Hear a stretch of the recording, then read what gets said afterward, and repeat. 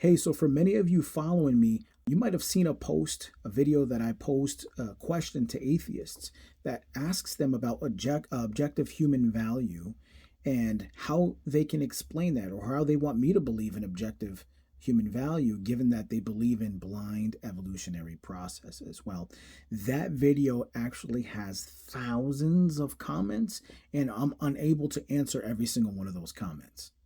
And so, one of the primary objections that I've received in all of these comments was that human value is not objective at all. It's actually subjective, and that we don't actually need an objective standard to be good or to be kind to one another or to treat people kindly.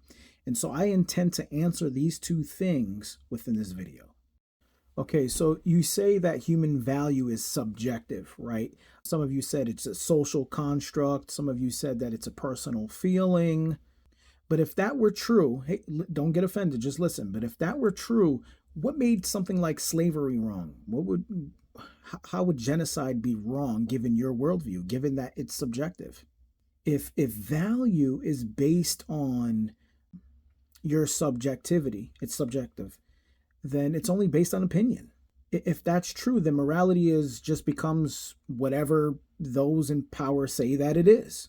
That means evil isn't just objectively evil, it's actually just an unpopular good, if you will. And the problem is you don't actually live that way. When you see injustice, you see a person abused, you see a child that's trafficked, these are things that you guys were mentioning, you don't just feel it's wrong, right? You know that it's wrong. And it's my contention that you know that it's wrong because God has written it on your heart, and deep down you recognize human dignity outside of yourself. Now a lot of you said, man, we don't need God to be good or to see the good inside of other people. We don't need God to see other people as valuable. And listen, you can act kindly. Yeah, I believe that you can act kindly, but where does the foundation of kindness come from? That's the nature of the question. Not that you need it in order to do something, but where does it come from? Without God, there's no absolute reason why any person is worth more than a rock, worth more than a machine. You're actually borrowing from the Christian worldview while denying its source. Some of you others said, man, we don't even matter in the grand scheme of things. But that's not humility. I know you feel like it is. It's not humility, though. I think it's actually despair, because the grand scheme of things actually belongs to God, and in his eyes, you're not meaningless. I know you feel like you are. You say that you are, given your presuppositions, given your beliefs, but you're not meaningless. You're actually made in his image.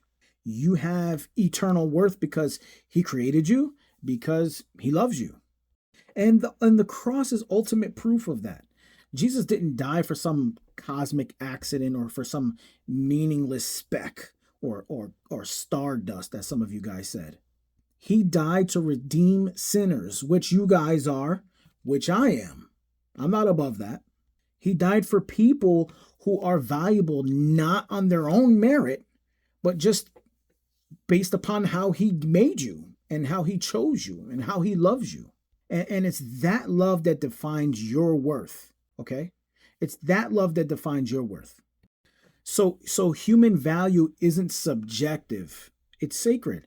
And it's not because we say so, but because God has declared it and he proved it in Christ. So while I'm unable to answer every single comment, I hope this kind of helps in regard to what I was talking about and talking about how we are valuable, not subjectively speaking, but objectively speaking. So put the comment below. Go ahead. You can comment. Continue doing videos. Hopefully, we can keep the conversation going.